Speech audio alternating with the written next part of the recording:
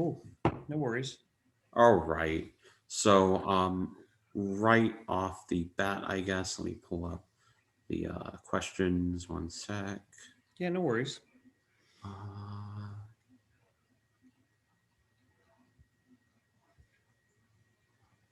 do I have them on here?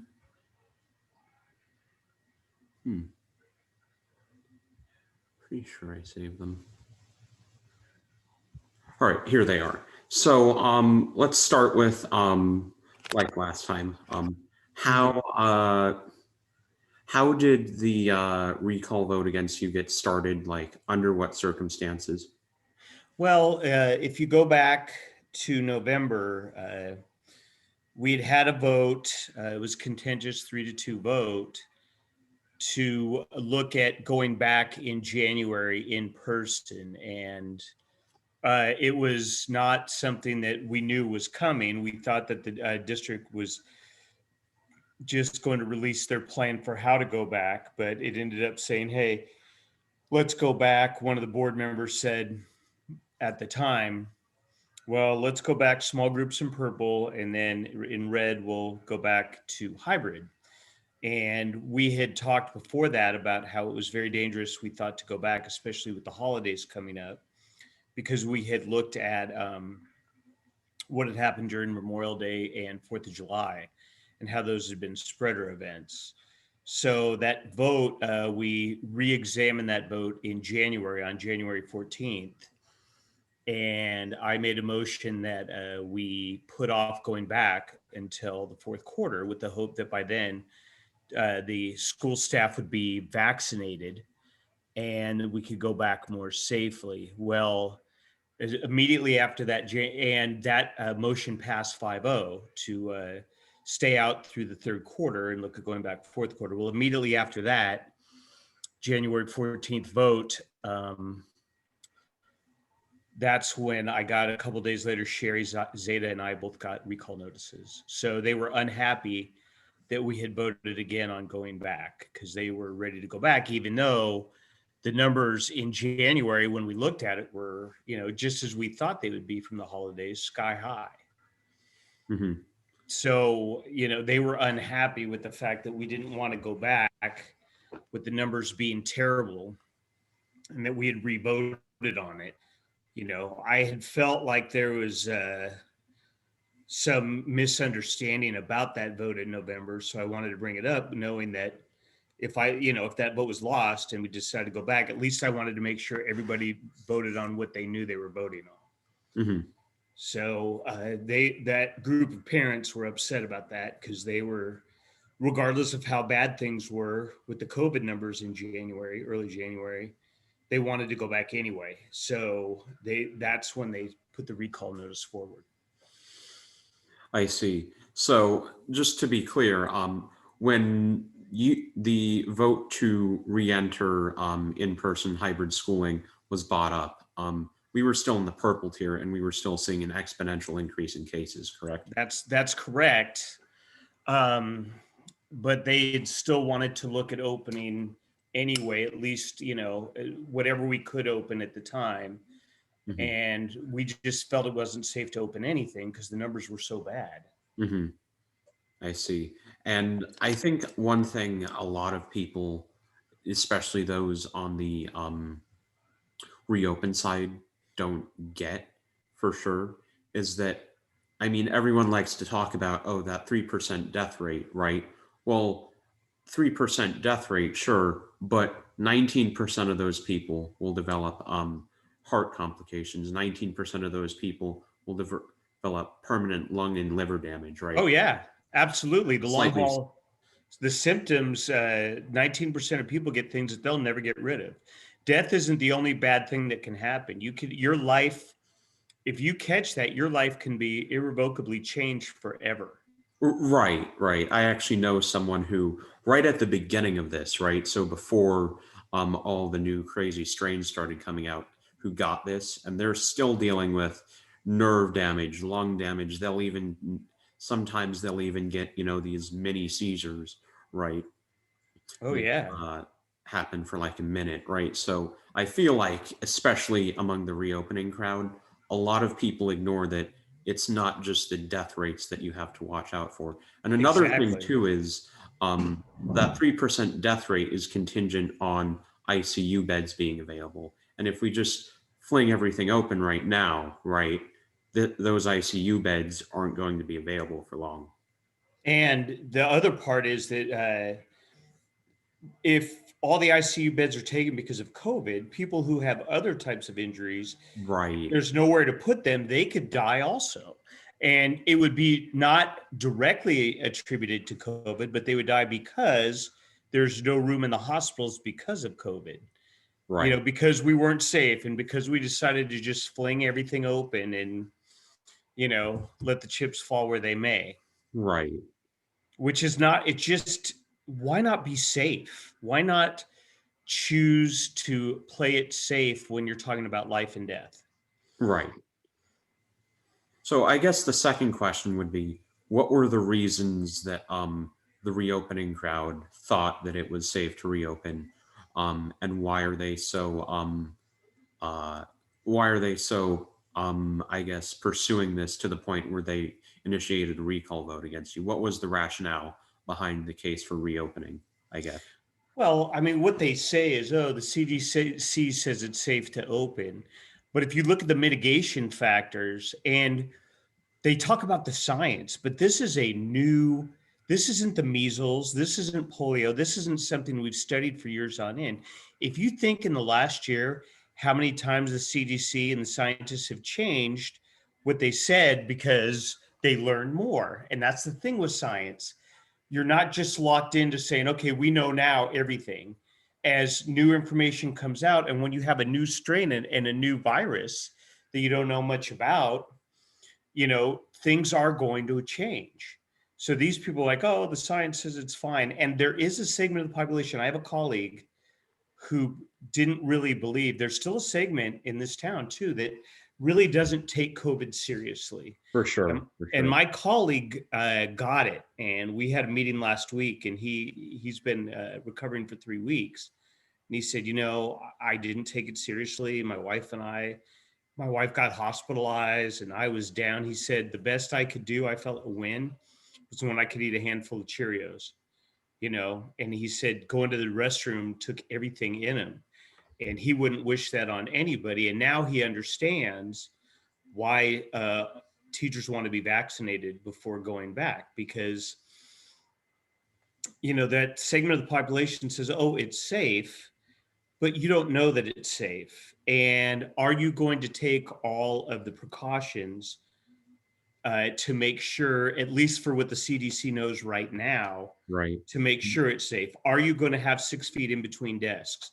I was Is just everyone? about to say, let's go Yeah, over the precautions the CDC wants to take, because correct me if I'm wrong, but these aren't things that BUSD can do on a drop of a hat, right? Whether it's the money correct. involved in retrofitting, the all of the buildings that BUSD The owns, right? ventilation, yeah, the Right. ventilation says, what filter are you using? The appropriate filters, and are those filters going to be good enough to get rid of everything that needs to be gotten rid of?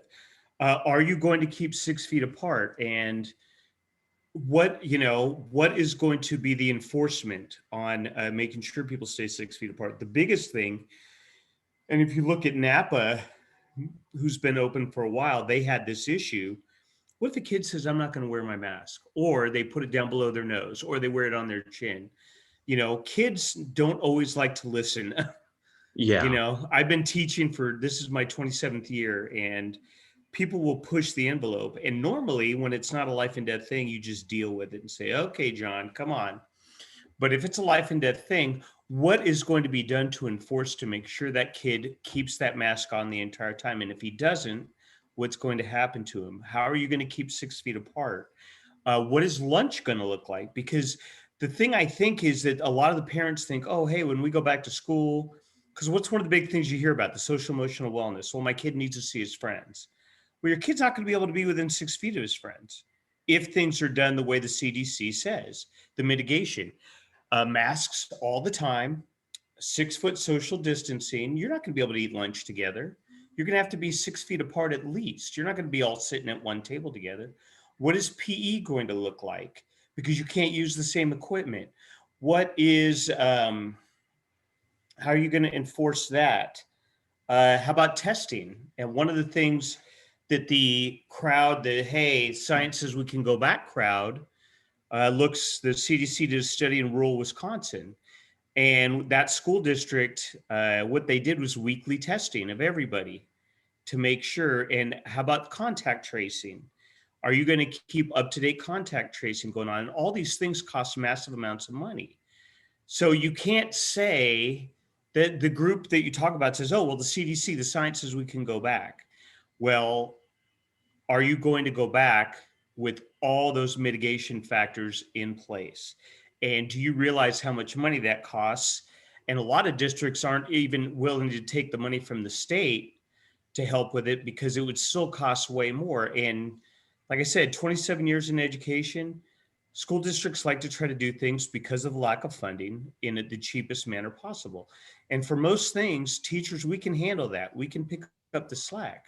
But when it comes to life and death, no, you're going to pay for those mitigation factors, every single one of them, or we're going to stay in distance learning, you Well, not know? only that as well, but I imagine with all the buildings BUSD has, right, the time it would take to space out the desks, Oh, figure it out yeah. for every single room, right? That would take so much time, I imagine, that by the time all is said and done, right, it'd be the next quarter anyways, and it Right. would be safe to go back, right? Right. And that's the hope, is that we can get everybody vaccinated, but the parents still need to understand that it's not going to look, school will not look like it did pre-COVID. Okay. For me personally, my kids went all the way through the Benicia system. They're both graduated now. But if they were in still, I would not send them back until they were vaccinated, because it's just you don't know what's going to happen. And if you think about it, what are the things that we've been told not to do? Gather in large groups, spend time, in gatherings. Well, what is a classroom? You get together with a group of people for at least an hour, if you're elementary, all day in an enclosed space. I mean, that to me seems like that's what we're told to avoid everywhere else besides school, is being in an enclosed space for an extended period of time. So, the people act like, oh, it's easy to get back and, it'll be fine. But there's too many examples. If you look at the amount of teachers that have passed away from COVID, throughout the country, because they went back, because they were in an enclosed space, because not everybody wore masks, you look at a lot of the southern states where they just weren't willing to take it seriously or wear masks. Look, what's the district outside of Atlanta, Cook County, Cook or Clark County, where they had, massive infections and teachers dying because the kids were just, they wouldn't social distance, they wouldn't wear their masks, and it spread. So, that's what we have to be careful of. And that's why, to me, until you get people vaccinated, you don't chance it. There's too many bad actors who don't want to follow the directions and do what they're supposed to do. I mean, Andrew, you've had to have seen it. People who have gotten the disease, you read about it, they're in the hospital dying and they're like, oh, I don't have COVID, this is something else, because they Right. just I refuse to think the believe it. level of misinformation out here about this is insane. Oh, yeah. And the former national administration, the former president was a main aspect, pardon me for saying it, but a lot of the misinformation that people believe came out of that realm. And For that's sure. why we have 5% of the world's population, but a quarter of the world's deaths, because we just Exactly. haven't taken it seriously. And that's a quarter of the deaths that we know of, right? Exactly. And not every death has been, For sure. ID'd, being because of COVID. And like you said, you get in a car accident and you're in serious condition, but all the beds are gone because of, COVID. The emergency rooms are full, and you die from that car accident. That could be indirectly attributed to COVID because it took up the space and the manpower, so they didn't have anyone to take care of you. For sure. For sure. I guess my next question would be, have you personally experienced any vitriol or negative attacks from people who have been anti distance learning. Only through social media and email, through my district email. Hmm. Personally, I've had people come up to me and say, "Thank you so much for caring about our kids and trying to keep everything safe." Hmm. The social media, it is what it is. Facebook is not exactly the most positive place in the world for a lot of, Very much aspects. so. It's societally, I don't know if we're better off or worse off, because of Facebook, and then the emails too. But, I take that with a grain of salt. People have a right to their opinion. And, you know, if they, if you think that this is not a serious thing, and then you're saying, well, wait, why are these people keeping us out of school, my kids out of school, for just something that's just like the flu? Then, of course, you're going to be angry. Right, That's the key. I don't think anyone's inherently bad. I think you have the group that takes this seriously, and then you have the group that doesn't. And the group that doesn't take it seriously, of course, if they look at it as no different than the flu, of course, they're going to be totally upset and angry that their kids are missing out on in person time because of something that they don't see as being a life and death situation. for sure. And I guess segueing into the next question, what would you say to parents who might, and students for that matter, who might be on the fence about returning? They want to keep safe, but they also might have to juggle distance learning around their work schedule, or they might miss, Right. being around their friends because I mean, even for those who are keeping safe, there has been an enormous, physical, mental, and emotional toll that Oh, yeah. not only COVID, but the distance learning and mitigation measures, however needed they are, have created. Oh, absolutely. I would say, What would look, you be say to those people? be patient. We're almost there. The finish line is in sight. We're getting the vaccinations out. And I would tell people, like, I teach physical education, and my district's not even looking at going back fourth quarter. We're going to be out this whole year. So it'll then, it's going to be a year next month. And I spend a lot of time with them looking, teaching self-care strategies, looking at ways to take care of yourself, and knowing that there is a light at the end of the tunnel. Kids are very resilient.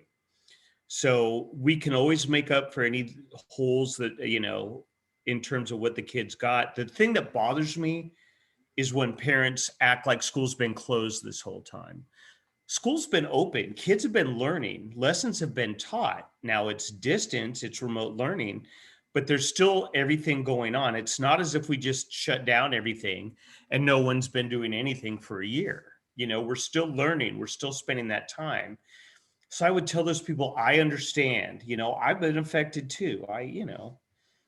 You don't get out of your house, but once every couple of weeks to go to the store, grocery store, it's rough. But we're the light at the end of the tunnel can be seen. We're getting everyone vaccinated, and then we can get safe to go back.